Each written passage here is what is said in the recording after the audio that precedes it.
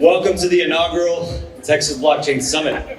Texas become the center of the universe for Bitcoin and crypto. So I ran for president on a platform of universal basic income because I believe that AI and automation are going to transform the labor markets of the US in a way that's going to push many, many people to the side. We're already seeing a version of that.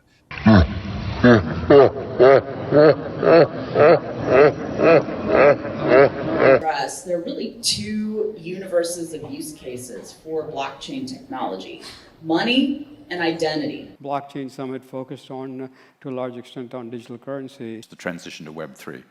Right? In Web3, you're bifurcating data from application. Data resides on the blockchain. We're about to abandon the traditional system of money and accounting and introduce a new one. And the new accounting is what we call blockchain. It means digital. It means having an almost perfect record of every single transaction that happens in the economy, which will give us far greater clarity over what's going on. It also raises huge dangers in terms of the balance of power between states and citizens. In my opinion, we're going to need a digital constitution of human rights if we're going to have digital money.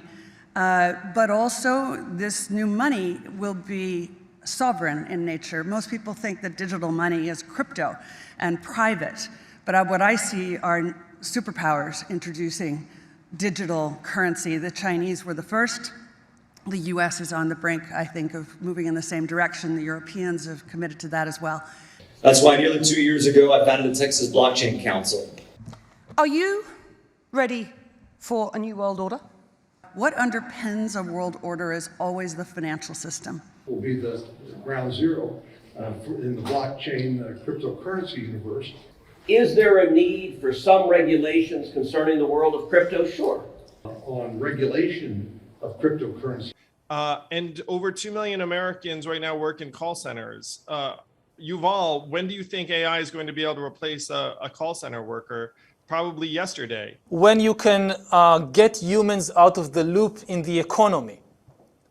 And it is technically, from a purely economic perspective, you don't need the humans. That values people intrinsically, not because they can outcompete the AI. They're not going to be able to outcompete the AI. It's a total loser. Blockchain technology enhances legacy forms of digital identity. Now, with regard to universal basic income, you know, it's a long discussion. Digital identities need not be decentralized. They can be entirely and exclusively issued and controlled by a centralized party. A great example of this is as we see in China. It's talking about progressive regulation on crypto, on the metaverse. How could Facebook help us in this situation of saving lives and you guys making money by being a medical records backup system? At the World Government Summit and to moderate this first session of the Crypto Global Forum. Without further ado, joining me to discuss the future of blockchain. Now, the Loomis bill, which is going through a bipartisan agreement on the Hill in the United States, is going to get tabled in the next few months. It has a lot of very positive policy in it for blockchain, Bitcoin, Ethereum, and several other items that it deals with directly, but it does not deal with NFTs. Blockchain is a booming industry that Texas needs to be involved in. So I just signed a law creating a master plan for Texas to get involved in the blockchain industry. And Transcontinental Railroad, there were lots of ethical violations when that got built, but at least it got built. We want to make Texas the hub for blockchain and crypto. The power of Bitcoin and crypto more generally as a hedge against inflation. Nothing's going to happen until it gets regulated in terms of real price stability, real capital appreciation, and a real amount of capital coming into it from global investors. And that crypto regulation will go into effect in 2023. I believe that the U.S. Should be encouraging a crash program to build a lot more nuclear power. And there is an environmental justification for this because if you take the climate change issue seriously, this may be the most likely way that you could produce power that has no carbon footprint. And the only way around it, hydroelectricity for Bitcoin. That's the future. And nuclear power. As you know, China has now banned Bitcoin mining, but banned transactions in Bitcoin. Miners are literally coming from China and building large substations. So we're here to discuss the adoption of blockchain technology, the challenges of that, and what the future might hold. Eric Schmidt's Foreign Affairs piece saying Google is going to democratize the world, or if I think of Yuri Milner's vision of the entire world being networked into a super brain. So in 2018, the Director General of the World Health Organization talked to us about the coming pandemic. And some people just looked at him as if he was talking about something that's hypothetical and never will happen. We took it seriously. We did a forum in 2019 called the ZXX Forum to focus on how do you combat the next pandemic. It'll get real when Procter & Gamble advertise in a curated metaverse. Mark Zuckerberg's vision is a sort of a huge economy of people selling digital goods and services to each other in these spaces. When I mention now names like Mrs. Merkel, even Vladimir Putin and so on, they all have been young global leaders of the World Economic Forum.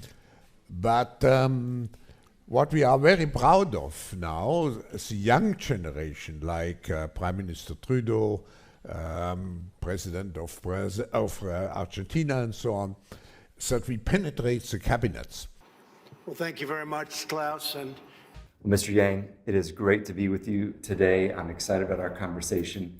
Guys, we're privileged today to be with Mr. Andrew Yang of the Forward Party and former Democratic presidential candidate to talk about all things blockchain, crypto, Forward Party, and how those things. And now I have founded the Forward Party because the American duopoly is not designed to advance meaningful solutions. It's designed to polarize and inflame, and it's going to lead to conflict and potential strife. Well, not even potential strife. I mean, the strife is here. I was going to say potential civil war, but I thought that might seem a little bit sensationalist. You said earlier that it took a Cold War, just as it had taken World War II to produce the Manhattan Project, it took a Cold War to produce the space race. Are you saying that without that kind of conflict, there just isn't a way for the federal government to be truly innovative, to encourage technological innovation? Is it just that peace produces welfare and that you need warfare for innovation? Because that's a pretty pessimistic thought. And there is nothing like war to concentrate the minds of politicians, of industrialists, and of ordinary citizens and voters on solving big problems. So I hope that out of this terrible war, which is now happening, at least one potentially good outcome would be a green Manhattan project. this includes critical industries like artificial intelligence, quantum computing, and 5G. It's not a prophecy that the US will do it. I mean, it could completely, even though it has the resources, it could completely mismanage the crisis. And yes, even civil war is not an impossibility. All the religious groups are against me because I'm talking about population. They want more souls. I want less on the planet. Tell us a bit about Palantir, which is a name not everybody will have heard, but is one of your current focuses.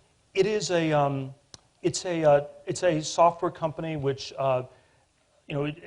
it's had its genesis in trying to bring bear some of the technology we developed at PayPal on solving the fraud problem into a national security context. And the question was, were there ways to look at the large amounts of data that you have to do something on the high-tech side to prevent terrorism, conspiracies, various other forms of criminal activity? Senator, everyone, obviously, you know Senator Cruz. I know that Peter Thiel is a good friend of yours. You know, Peter and I have been friends 25 years. So we became friends in the mid-90s. There is no participation yet at the institutional level. There's a lot of excitement about this, but the truth is virtually no institutions have put any weighting of anything into any of this yet because it lacks regulation. But government will find you, and you cannot escape it. So. Well, there's one force that can consistently kick in your doors and seize your computers, and that is government. And also about sort of how and whether blockchain technology and virtual currencies can be a part of these online digital worlds known as metaverses that companies such as Microsoft and Facebook are telling us that they want to build. They hear a lot of, these big ideas and big words about machine learning and genetic engineering and blockchain and globalization, and they are not there. They are no longer part of the story of the future. And now fast forward to the early 21st century, when we just don't need the vast majority of the population. Yeah, I've been in the industry about 5 years, a co-founder and principal at CryptoEQ. We really think of ourselves as the morning star of crypto.